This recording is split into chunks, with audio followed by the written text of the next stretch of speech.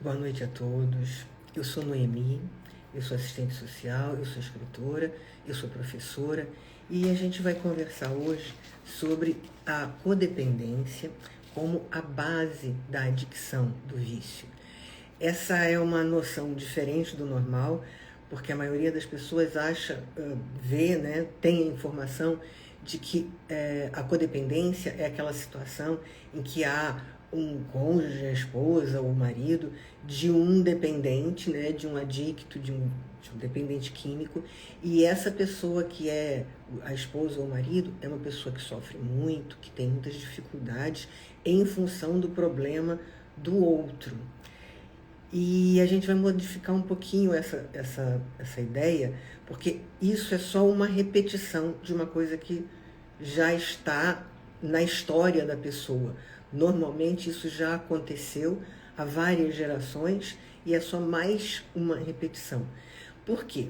A codependência, de acordo com o que a gente vai estudar aqui, a codependência é uma doença da imaturidade, não da infantilidade, da imaturidade. A pessoa não desenvolveu a emocionalidade, ela não desenvolveu as capacidades de autoestima, capacidade de autoconhecimento, capacidade, estou lendo aqui, capacidade de se proteger e se cuidar. Capacidade de se cuidar significa buscar aquilo que é melhor para si, né? Se proteger é se afastar daquilo que é mal para si. E se comportar, saber aquilo que é adequado à sua idade e circunstâncias. Significa que você não vai, a pessoa que está consciente de si, da sua idade, das suas circunstâncias, não vai beber demais, não vai, enfim, se permitir fazer determinadas coisas que vão colocá-la com menos dignidade ou com menos, enfim, com menos respeito dos outros. Que é uma coisa que os adictos, os viciados, absolutamente não sabem, né? Eles não sabem se amar, eles não sabem se proteger, não sabem se cuidar, não sabem se comportar, não sabem se relacionar, né? Essa incapacidade relacional, ela é a essência da imaturidade emocional. A pessoa, quando a criança, né, que cresce num lar que não é um lar estável, né, que é um lar com abuso, inversão de valores, né, os pais que deveriam ajudar a criança a se desenvolver são as pessoas que ameaçam a criança. A criança está diante, a criança está diante como eu, a criança está diante de uma situação de guerra, né? Ela está diante de pai e mãe que brigam entre si, ela está diante de ameaças de vida ou morte, ela está diante de uma situação de perigo de vida muito maior do que o que ela é capaz de lidar. A criança não está equipada, né, para encarar uma discussão com ameaça de morte do pai e da mãe, ela não está equipada para encarar violência doméstica, abuso, violência, ofensas. A criança ela não está equipada para lidar com isso. Isso para a criança é uma situação de guerra. Para mim foi uma situação de guerra, né? Então, o que acontece com essa criança? Ela vai ficar congelada no trauma, ela não vai desenvolver emocionalmente, porque toda a estrutura emocional dela foi preparada para sobrevivência, ela está toda voltada para fora, para situações de sobrevivência, para evitar entrar em situações de violência, evitar as ameaças daquela guerra externa que está acontecendo. Essa criança ela não está se desenvolvendo emocionalmente, ela não está aprendendo a gostar de si, ela não está aprendendo a se cuidar, ela está aprendendo a sobreviver e está congelada emocionalmente no trauma. Essa é a base da codependência, porque essa criança que não sabe, né, se relacionar, não sabe cuidar de si, ela quando chegar na fase adulta, ela só vai conseguir repetir isso que ela aprendeu. E aqui eu vou ler, né, porque Freud diz que a explicação de Freud é exatamente essa. A tentativa compulsiva de encontrar a solução elaborando o trauma. O objetivo da repetição compulsiva é a tentativa da mente de encontrar a solução e a elaboração do trauma. a mente, o subconsciente vai sempre puxar a pessoa para retornar ao ponto do trauma, tentando resolver aquilo que não era possível compreender e suportar quando aconteceu. Então a criança, ela vai parar na imaturidade emocional, não é infantilidade, gente, é imaturidade emocional, são coisas bem diferentes. A criança vai parar nessa situação pelo simples fato de que ela não está equipada para mais do que isso. Ela não está equipada para lidar, gente, desculpa aqui que eu estou apertando aqui uma coisinha e o computador não está me respondendo. Mas agora ele vai responder. Então, essa criança que sofreu esses abusos, que conviveu com essa guerra familiar, né? A guerra, ela presenciou essa guerra que era muito além da possibilidade dela de se defender, de se cuidar. Então, essa criança, ela vai ficar congelada nessa estrutura em que ela está o tempo todo se defendendo. E congelou o desenvolvimento, a criança não aprendeu a se amar, não aprendeu a se cuidar, não aprendeu a se proteger, não aprendeu a se comportar, não sabe se relacionar, né? Então, essa criança, ela está congelada no trauma, ela está num estágio de imaturidade emocional que o corpo, a mente, né, a estrutura da criança pede, quando ela cresce, a estrutura interna dela pede que ela reviva compulsivamente aquelas situações até que ela possa olhar para se tratar e olhar para aquilo significando aquilo. Significando significa entendendo o que é aquilo, compreendendo o que aconteceu e saindo daquela situação de trauma, daquela situação de congelamento emocional. Isso acontece, quando isso acontece, a criança começa a amadurecer emocionalmente. Essa é a maturidade emocional, a criança se conhecer, conseguir se relacionar com as suas próprias circunstâncias, a sua vida, né? Saber se defender e buscar o que é melhor para si. Resolver os traumas é uma profunda sanidade, né? A pessoa que procura resolver os traumas, ela está procurando desesperadamente fugir daquela dor fundamental com que ela aprendeu a conviver. Eu comecei a fazer terapia com 20 anos de idade e nunca mais parei. E eu comecei a fazer terapia no momento em que, aos 20 anos, eu parei na frente do meu armário, na casa dos meus pais. Eu parei na frente do meu armário, eu não sabia o que eu ia vestir, para que eu ia vestir, o que eu ia fazer, para que eu ia fazer. Eu estava absolutamente congelada, eu estava absolutamente em choque. Eu tinha 20 anos, eu estava absolutamente em choque. Mas, graças ao poder superior, eu compreendi que eu precisava de ajuda. E comecei a procurar terapia. Infelizmente, a maioria dos terapeutas não tem conhecimento suficiente para lidar com a adicção, né, com a compulsão dessa forma. Apesar de Freud dizer que a compulsão, a repetição, é a tentativa da mente compreender e elaborar aquilo que foi vivido e que não foi compreendido, ainda assim, sendo uma instrução freudiana, muitos terapeutas não são capazes de alcançar isso, e por isso que em alguma hora eu consegui ter a sorte de encontrar os grupos de 12 passos, Al-Anon, depois o AA, que me ajudaram a realmente entrar em recuperação. Então, essa repetição, o objetivo dessa repetição é sair daquele congelamento emocional. E o vício? O vício é a pessoa tentando anestesiar a dor. O exemplo é a pessoa que é viciada em sexo. Ela não é viciada em fazer amor. Ela não é viciada em ter uma relação sexual amorosa com outra pessoa. Ela é viciada em sexo, é uma anestesia. A pessoa que é viciada em comida, muitas vezes ela nem aprecia efetivamente aquilo que ela está comendo. Ela quer apenas comer em grande quantidade, né? Isso é muito evidente. Quando você vê uma pessoa comendo demais, você vê que ela está colocando para dentro alguma coisa que falta. E a pessoa que bebe demais, o álcool é um grande anestésico. talvez o maior anestésico de todos, né? Eu não tenho os números corretos aqui comigo, mas o álcool é assim, 10 vezes, dispara 10 vezes mais anestesia do que outras substâncias.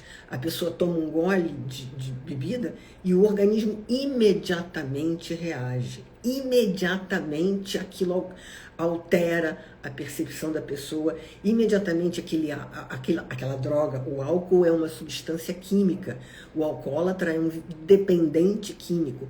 Imediatamente aquela substância dispara uma reação química que faz com que, eventualmente, depois a pessoa fique tão anestesiada e tão incapaz de se relacionar que ela pode passar mal, pode entrar em coma alcoólico. O organismo foi tão deprimido, né? Foi tão anestesiado que a pessoa perdeu a condição de estar em si, né? De estar no comando da sua vida. Muitas vezes é fácil de perceber isso. Quando você passa num bar, onde há pessoas bebendo, né? Muitas vezes você percebe claramente, é fácil de perceber, a pessoa que está bebendo, mesmo que ela esteja numa mesa ruidosa, alegre, você consegue perceber que a máscara, né, do rosto da pessoa, a pessoa não está viva, a sua pele não está... A expressão do seu rosto, ela é como se houvesse um apagamento na luz dos olhos, no brilho do rosto. Aquela pessoa, ela não está ali, né? A alma da pessoa não está ali, só tem a casca, só tem o corpo, né? Então, não existe dose segura para ninguém, querido, nenhuma. É uma droga química, entra no corpo e imediatamente modifica. Tem jeito, basta uma dose e altera a condição de dirigir, altera uma porção de coisas, gente. E o mais grave é exatamente isso, altera a condição da pessoa dirigir. E muitas vezes, eu postei recente, né? Você bebe, coloca os seus filhos no carro e acredita que você está apto a dirigir porque você não bebeu muito. Você pode até beber e dirigir, mas deixe seus filhos fora do carro. Na verdade, você não pode nunca beber e dirigir, isso é um crime, mas ainda mais com os filhos no carro, né? Infelizmente, isso volta e meia acontece, infelizmente, pessoas morrem, então, infelizmente, o álcool é um dos maiores assassinos de todos os tempos da humanidade, né? Então, sejam bem-vindos, vocês queridos, que bom que vocês estão aqui. Então, vamos embora. Vamos voltar aqui à questão da codependência. A criança que viveu nessa situação de trauma, ela não desenvolveu maturidade emocional, ela ficou congelada no trauma e ela, quando cresce, ela busca repetir. Aí entra aquela pessoa que casou com o alcoólatra e está lá sofrendo. Ela busca repetir uma situação de trauma para que ela signifique externamente aquilo, entenda, signifique... E consiga elaborar. O Luiz, que está aqui presente, ele sabe disso. É preciso botar para fora, olhar e elaborar. Essa é a necessidade, essa é a compulsão, né? Então, o adicto, o viciado, é aquela pessoa que está repetindo compulsivamente, segundo Freud, é uma compulsão, tá, gente? Está aqui, ó. Freud diz que isso é uma compulsão. Então, a pessoa está lá repetindo compulsivamente, mas não encontrou um caminho, ela não encontrou a ajuda necessária para ela não está só repetindo, ela não está elaborando, ela não está significando, ela está só repetindo alguma coisa, né? Ela não está amadurecendo, ela está repetindo, o subconsciente precisa que ela repita, mas ela não está dando os passos necessários para olhar, significar, superar o trauma. Então, ela continua repetindo infinitamente, como o alcoólatra que vai progredindo, né? O alcoolismo é uma doença progressiva e fatal. Então, o alcoólico vai bebendo progressivamente até a hora em que ele morre. Ele morre ou morre e mata alguém.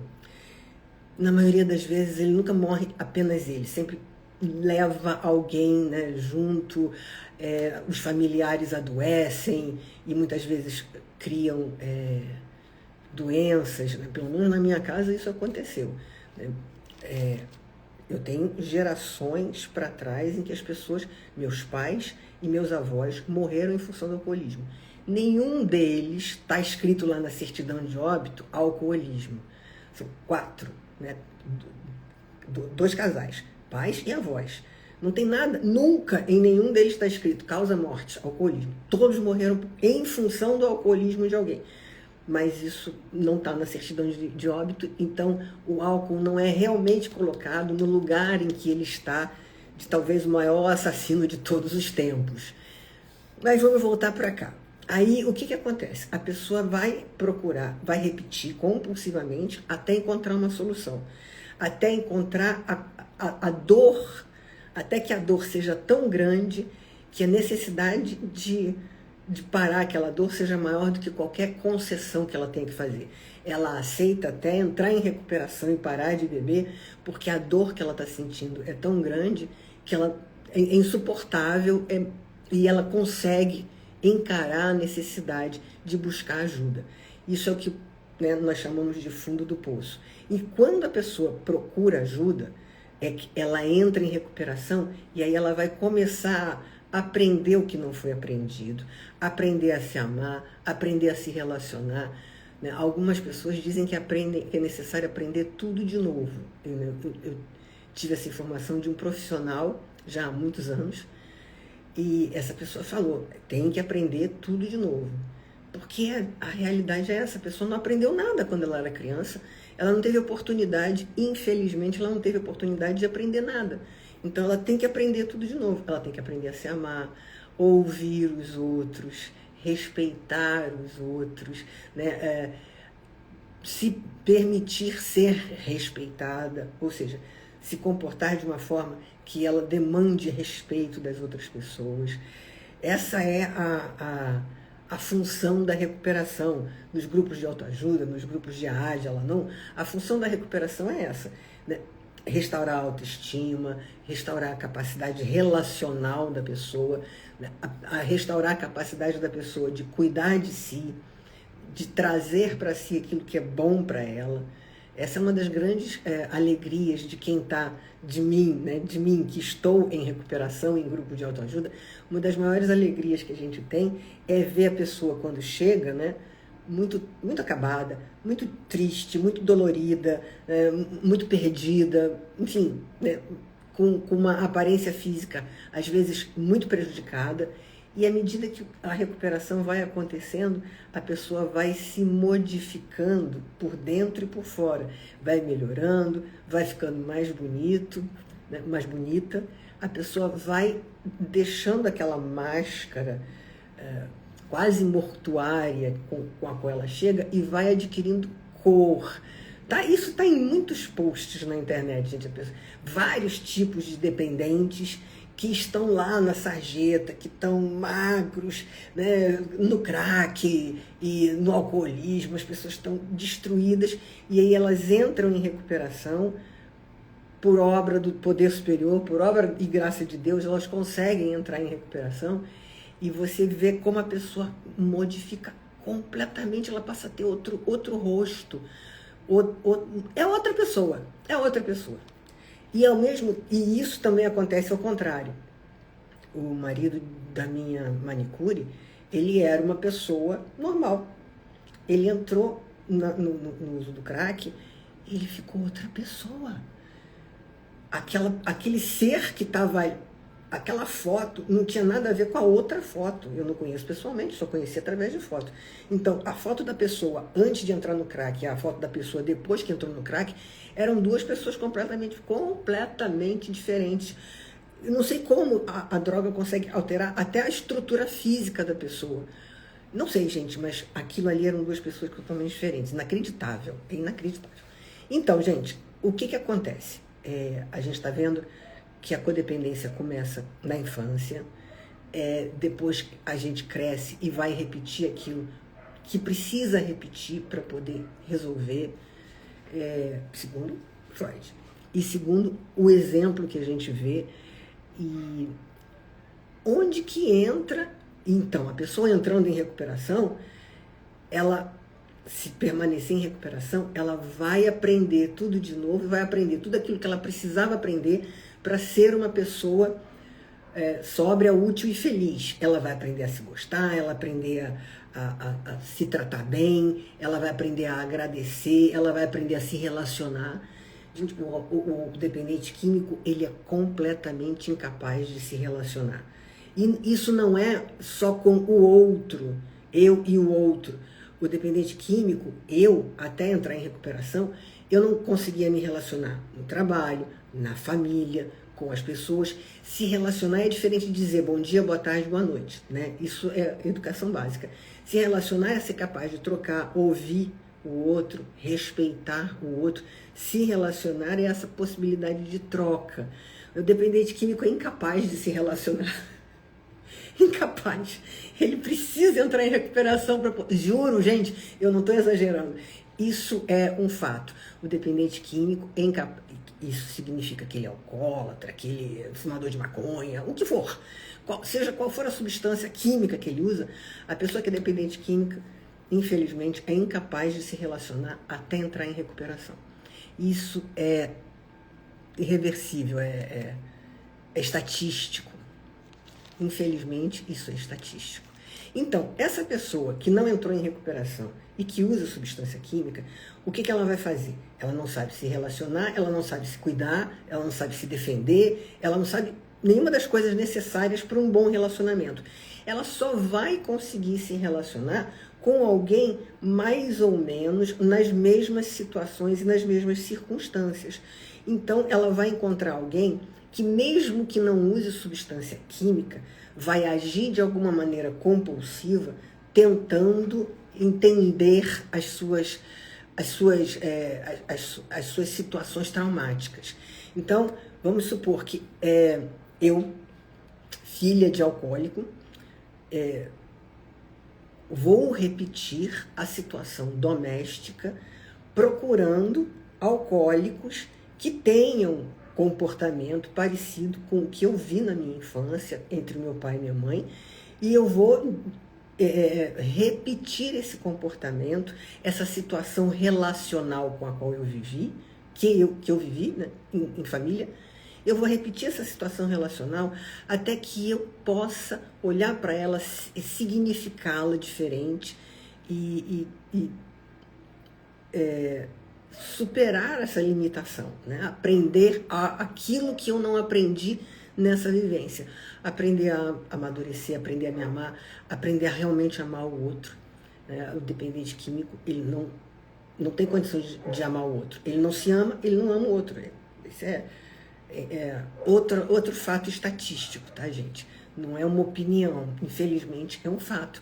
A pessoa que está no vício, ela é incapaz de se relacionar. Ela pode, inclusive, até casar, ter filho, mas vai ser uma relação, um relacionamento mútuo profundamente comprometido, profundamente abusivo, de alguma maneira ou de outra, porque a pessoa que é dependente químico, a princípio está casada com a droga, né, com a situação de dependência. E isso impede que ela seja capaz de se casar com outra pessoa. E aí entra aquela dependência que a gente está acostumada a ver, né, e a falar, aquela dependência que diz que a pessoa está sendo abusada pelo outro, escolheu um mau marido, uma má esposa, e é abusada pelo outro, e é maltratada pelo outro. Gente, infelizmente, isso é só espelho. Segundo Freud, isso não é uma opinião minha, Freud disse que você procura repetir compulsivamente aquilo que é necessário que você veja, aquilo que é necessário que você ressignifique. Né? Então, aquela situação de que minha mãe, por exemplo, né, que casou com meu pai, que é um alcoólatra, ela estava repetindo a situação dos meus avós. Eu, me casando, enfim, indo morar junto com um alcoólatra, eu estava repetindo a situação dos meus pais. E isso vai se repetir até que alguém entre em recuperação e quebre o padrão de repetição. Essa é a melhor coisa que a gente pode fazer para os nossos filhos, entrar em recuperação. Ah, mas eu passei anos bebendo, eu tive atrito com a minha família durante anos, meus filhos viram isso. Quando você entra em recuperação, imediatamente alguma coisa muda e você, a partir dali, não vai mais prejudicar seus filhos e eles vão ter possibilidade de se tratar, de se modificar e não repetir desesperadamente em busca de significado. Né? A pessoa, quando entra em recuperação, ela já dá o significado. Ela já dá o significado da doença, da necessidade de recuperação, uma parte dos significados, tá, gente? Por favor. Né? Mas quando a pessoa entra em recuperação, ela já ressignifica uma série de coisas. Ela admite que ela é doente, os familiares vão ver que ela é doente, os familiares vão descobrir que também precisam se tratar.